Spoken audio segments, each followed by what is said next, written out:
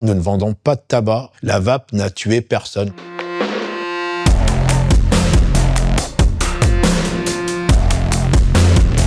Je m'appelle Chérif, je suis gérant de la boutique de cigarettes électroniques Vaptronic, un passionné de la vape depuis les premiers jours. J'ai ouvert ma première boutique en 2013 à Libourne. J'étais fumeur et j'ai arrêté la cigarette grâce à la cigarette électronique. Depuis 2013, moi et mes confrères, on arrive à aider en tout cas les personnes qui le souhaitent à arrêter de fumer et se sortir de l'engrenage du tabac. On s'est toujours battu contre les polémiques, les lobbies du tabac, les lobbies pharmaceutiques, les fausses études qui ont été réalisées pour dénigrer la vape, etc. Tous ces militants de la vape, ils ont œuvré tout simplement pour une vape plus saine en France. Par contre, qu'on vienne aujourd'hui nous assimiler à des buralistes, c'est tout ce qu'on ne veut pas être. Et aujourd'hui, on ne peut pas comparer la gestion d'un bureau de tabac avec une boutique de cigarettes électroniques. C'est impossible. C'est une loi qui a été adaptée pour les bureaux de tabac, les buralistes. Le commerçant qui va avoir entre 10 et 20 boutiques, il ne peut pas passer 60% de son temps sur une boutique et 40% sur l'ensemble de ses 19 autres boutiques. C'est ingérable.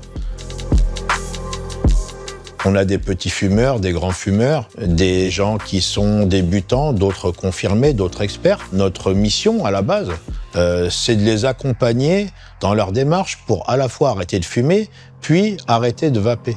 Si on doit dépendre d'une centrale, on vit au rythme de la centrale et on n'est plus assez efficace. Alors cette centrale d'achat, avec qui elle va travailler, on ne sait pas. Va-t-elle privilégier un acteur plutôt qu'un autre? Et ça, aujourd'hui, c'est pas possible.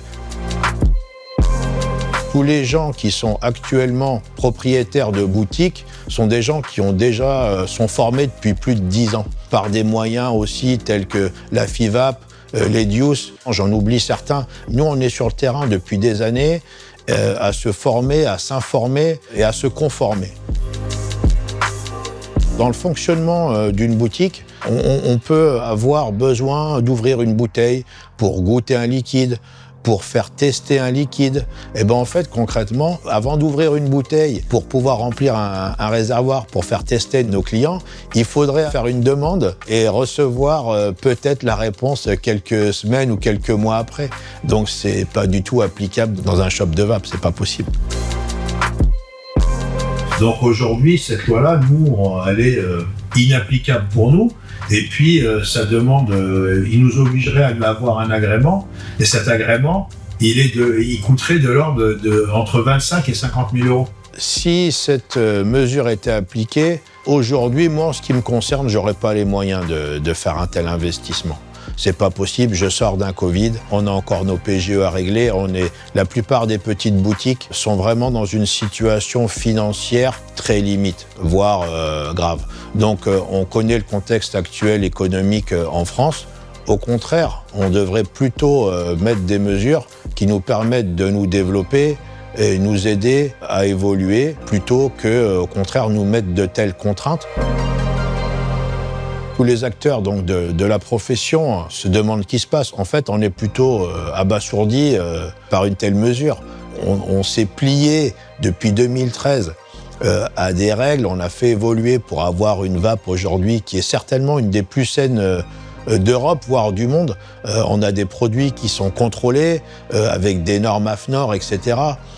On fait l'inverse de ce qu'il faudrait faire. C'est-à-dire qu'aujourd'hui, plutôt qu'arriver avec une méthode douce et dire bon ben voilà, on va peut-être éventuellement revoir certaines choses au niveau des formations, etc. Encore une fois, nous ne vendons pas de tabac. La vape n'a tué personne, quoi.